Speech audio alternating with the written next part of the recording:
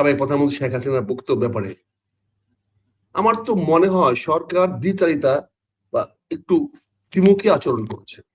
একদিক দিয়ে বলছে শেখ হাসিনার বক্তব্য প্রচার করা যাবে না, করলেন কি কি হবে আদালতের কথা শুনিয়ে দিয়েছেন। আবার সরকার নিজে প্রচার করতেছেন, এবার 3বার প্রচার করলেন।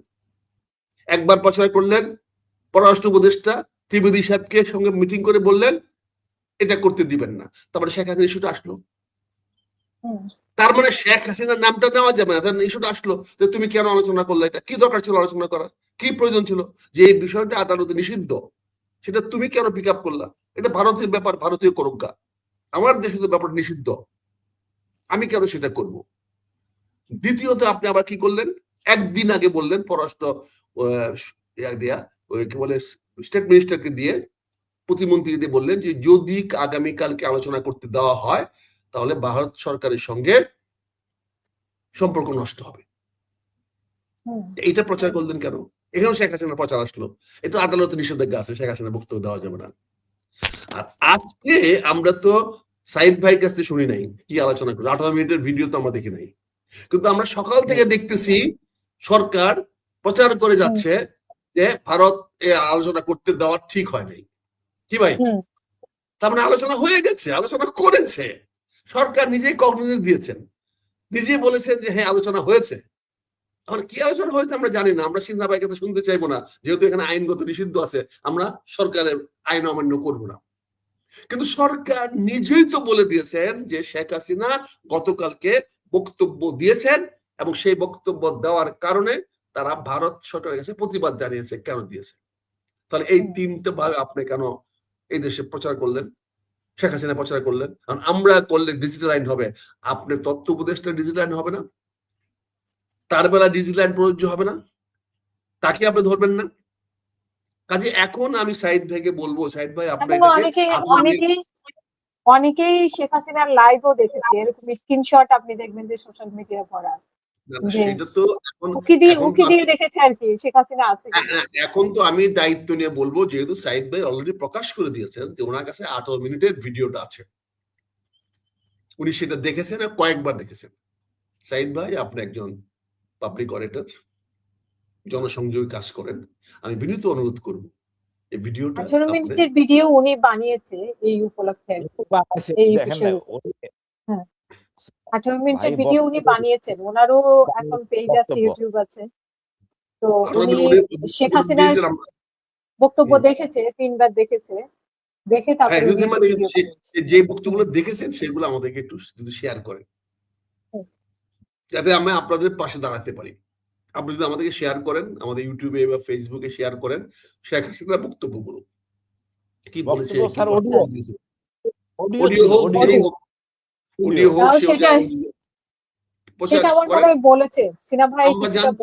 সরকার যেহেতু অভিযোগ করেছে ভারতের বিরুদ্ধে বা এর বিরুদ্ধে, কি অভিযোগটা সঠিক করেছে কিনা, আমরা তো সরকারের পক্ষে থাকবো। কি বলেন হাসিন ভাই?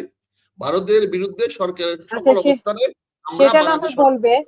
কিন্তু মেজর আখতারুজ্জামান ভাই, আপনি কি জানেন পাকিস্তানের হাই কমিশনার বাসায় হয়েছে, আক্রমণ হয়েছে, তিনি এখন আইসিইউতে আছে, অনেকেই কমেন্ট করে বলছে, কিছুক্ষণ আগে পত্রিকায় এসেছে, এটা পত্রিকায় এসেছে। আক্রমণ হয় নাই আপা, এটা বললে বাড়ায়েন না। আগুন লাগতে পারে বাসায়, আগুন লাগছে বাসায়, বাসার কাজে লাগতেই পারে। এটা হচ্ছে আমরা যদি একবারে বলি আর একটা গরম, আর একটা ইস্যু বাড়িব।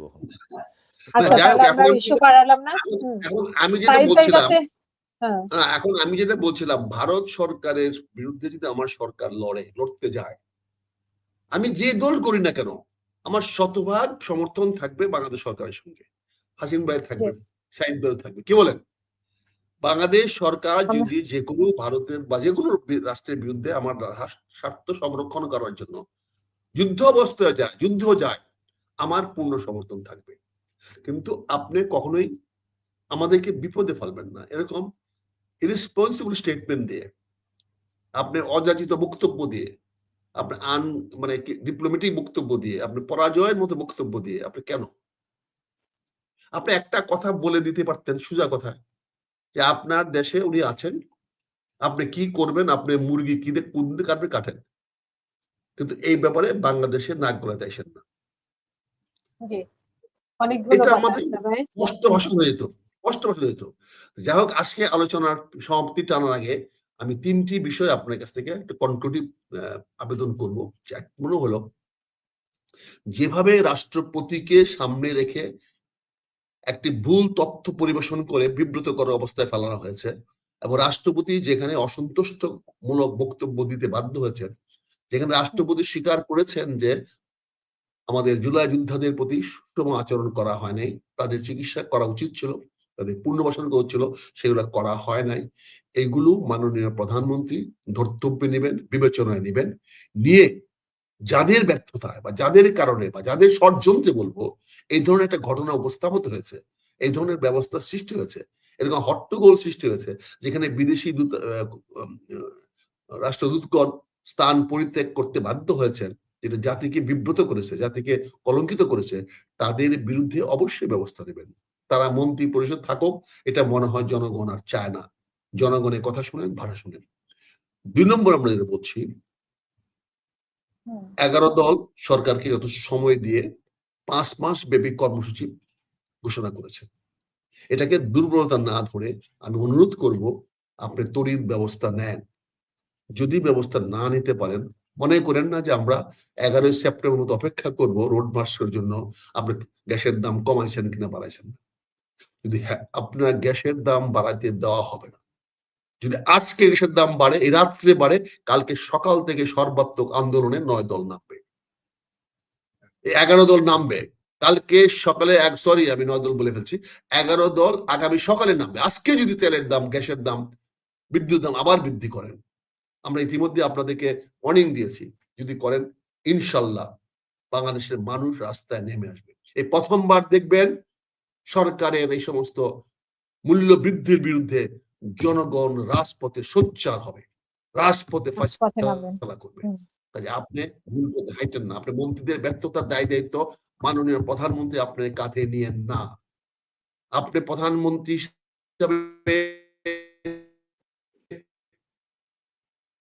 যদি মন্ত্রীদের দায় করেন, কিন্তু আপনার উপরে আসবে। আপনার প্রতি আমাদের সহানুভূতি আছে, আপনার প্রতি আমার দোয়া আছে। আপনি দেশমাতা খালেদা জিয়ার সন্তান, আপনি আমার নেতা শহীদ রাষ্ট্রপতি জিয়াউর রহমানের সন্তান। আমি যত বিরোধিতা আপনার করি না কেন, কিন্তু আমার মনের ভিতরে আপনার জন্য দরদ থাকবে, আপনার জন্য দোয়া থাকবে। আমি আপনার মঙ্গল চাই, আপনার ভালো চাই, কারণ আপনি আমার রক্তের সম্পর্ক আপনার সঙ্গে। আমরা আজকে 40 বছর একসঙ্গে রাজনীতি করতেছি। আপনি আজকে, আমি হয়তো অন্য দলে আছি, তো তার মানে এই নয় আমি শহীদ রাষ্ট্রপতি জিয়াউর রহমানকে ছেড়ে দিয়েছি, এই নয় দেশের মধ্যে খালেদা জিয়ার আদর্শ আমি ছেড়ে দিয়েছি। কিন্তু আপনি এই মন্ত্রীদের কথায়, এই ব্যর্থ মন্ত্রীদের কথায়, অকর্মণ্য মন্ত্রীদের কথায় আপনি বিপদে পড়েন না। আপনি স্বাস্থ্য নিয়ে বিব্রত হয়েছেন, আপনি শিক্ষা নিয়ে বিব্রত হয়েছেন, আপনি এখন বিব্রত হচ্ছেন মুক্তি, এই জুলাই যুদ্ধ নিয়ে। এই বিব্রতকর পরিস্থিতি কারা আপনাকে ফালছে বারবার? আপনার মন্ত্রীদের এই ব্যর্থতা দায় আপনি নেবেন না। তৃতীয়ত আমরা বলতে চাচ্ছি, দেশটাকে সুন্দরভাবে সুশীলভাবে শাসন করেন। তোকে বলে কঠোর হন, আমাদের কোনো আপত্তি নাই, কিন্তু আমরা এন্ড পরিশেষে আমরা জনগণের কল্যাণ দেখতে চাই। আমরা জনগণের প্রতি আপনার মমত্ব আছে, জনগণের জন্য কাজ করছে আমরা দেখতে চাই। আপনি প্রপাগান্ডামূলক কাজ নয়, আপনি জনগণের জন্য প্রকৃত কাজ করতেছেন আমরা দেখতে চাই। আপনি গ্যাস বিদ্যুতের সমাধানের পথ আছে, আলোচনায় আসেন, বিরোধীর সঙ্গে বসেন, আমরা আপনাকে পথ দেখায় দেব কি করে গ্যাস এবং বিদ্যুৎ এই ধরনের এবং দ্রব্যমূল্য হ্রাস করতে পারেন, তার পদ্ধতি কি। আপনি ওই বানিয়া রাজনীতি থেকে বেরিয়ে আসেন, আমরা আপনাদেরকে সমাধান দিতে পারবো ইনশাল্লাহ।